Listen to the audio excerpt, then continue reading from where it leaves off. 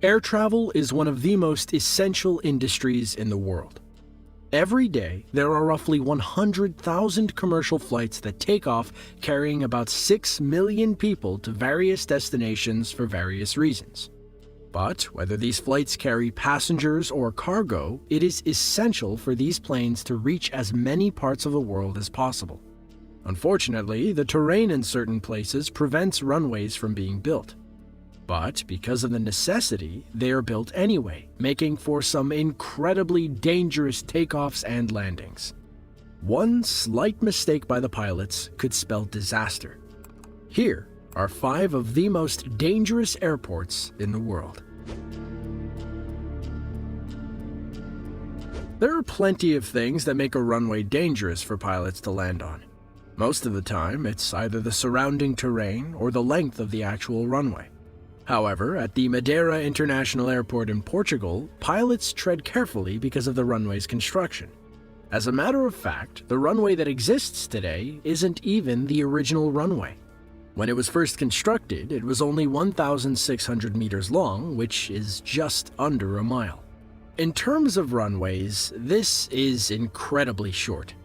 Then you have to take geography into account. On one side of the runway are high mountains. On the other side is the ocean. To top it all off, there are consistently high winds. It is the combination of these elements that caused the plane to crash in 1977. The Boeing 727 fell off the end of the runway onto the beach below, taking the lives of 164 people. It was decided at the time to construct an extension of the runway to allow airplanes more room to take off and land. The only problem was that the runway ended at the edge of the ocean, so engineers designed a runway bridge. This runway bridge or extension goes right over a section of sea and is supported by 180 columns. These columns have to withstand the incredible shock that's put on them when these humongous planes land. This unique construction, mixed with the high winds and dangerous geography, make it one of the most dangerous airports in the world to land at. In order to land here, pilots have to undergo additional training. Nepal is a country that is both incredibly isolated and very high up. With much of the country situated within the Himalayan mountains, it leaves very little room for any sort of an airport. But because of how isolated many of the villages are and the importance of receiving supplies, something had to be done. So, builders constructed the Tenzing-hillary Airport, one of the most technically challenging and fear-inducing airports in the world. Also known as Lukla Airport, it is also frequented by travelers who aspire to climb Mount Everest. So, as you could probably imagine, the airport is surrounded on all sides by the steep Himalayan terrain, with a mountain shelf on one side and a steep drop into the valley on the other. So, even navigating into this area is a challenge by itself.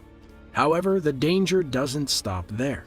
The airport runway is extremely short, measuring only 527 meters or 1,739 feet long. Given these various factors, only helicopters and small fixed-wing propeller planes are permitted to land. In actuality, they're about the only planes that could land. The small runway presents incredible challenges. For planes looking to land, it leaves little room to stop.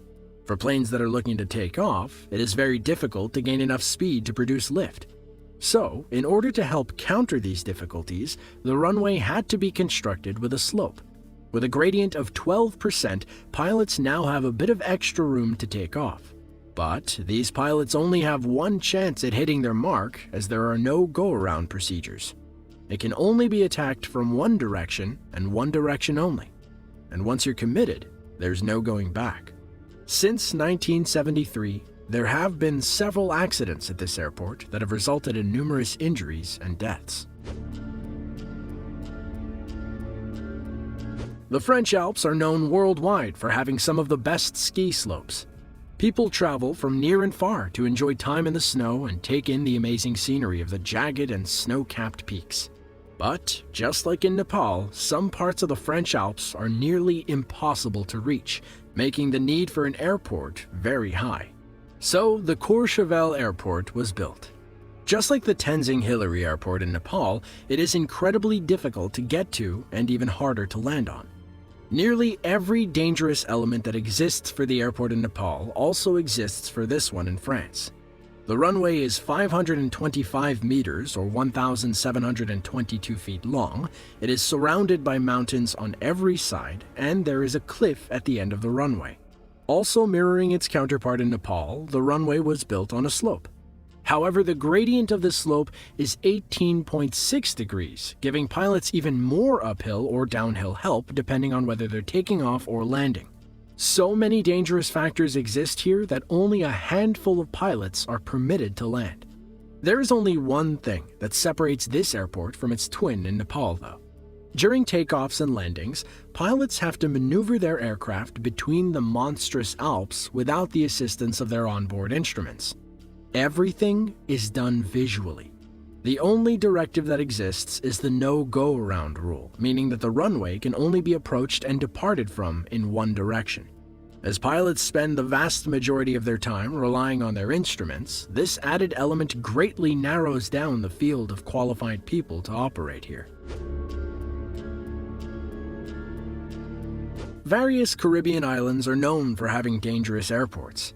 One of the most famous is located on the island of St. Martin, where the runway begins only 4 feet from a public beach. Even though that presents its own challenge, it doesn't compare to the Wancho y Irausquin airport that was built on the minuscule island of Saba, which is about 28 miles off St. Martin. The island is small enough as it is, leaving little room for an airport. But, as we have previously seen, where there is a will, there is a way. So, an airport was built. Wancho Airport is known for having the world's shortest commercial runways, much shorter than the ones located in France and Nepal. Here, the runway only measures 400 meters, or 1,300 feet in length. The typical airport runway for commercial airlines measure anywhere between 8,000 and 13,000 feet long. That means that only certain aircraft can land here, after they have waivers from the Netherlands Antilles Civil Aviation Authority. It's hard enough for pilots to use every single inch of runway available to them, but here they have to do it while surrounded by rocky outcrops and sharp drop-offs into the ocean. So there is absolutely no margin for error. One false move and you're either crashing into the side of the mountain or sliding off the end of the runway into the sea below. The only reprieve that the pilots have is the ability for go-around procedures. Bhutan is a small, isolated country located just east of Nepal and north of Bangladesh in Asia. Just like Nepal, there is little room for airports here due to the towering Himalayan mountains. But in order to get critical supplies here, one was built: the Paro International Airport. In actuality, it is the only international airport in the entire country. Incidentally, it is also the world's most dangerous airport. This time, though, it isn't due to a short runway. Paro International Airport was built in a deep valley, one of the only places with enough room for a runway and terminal.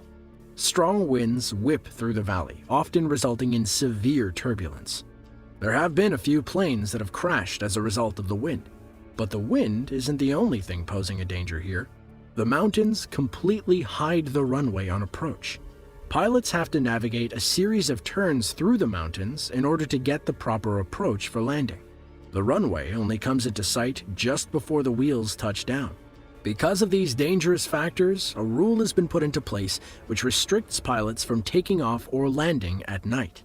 The undulating terrain, unpredictable weather patterns, and nearly 45-degree drop-off just before landing render the aircraft's instruments useless.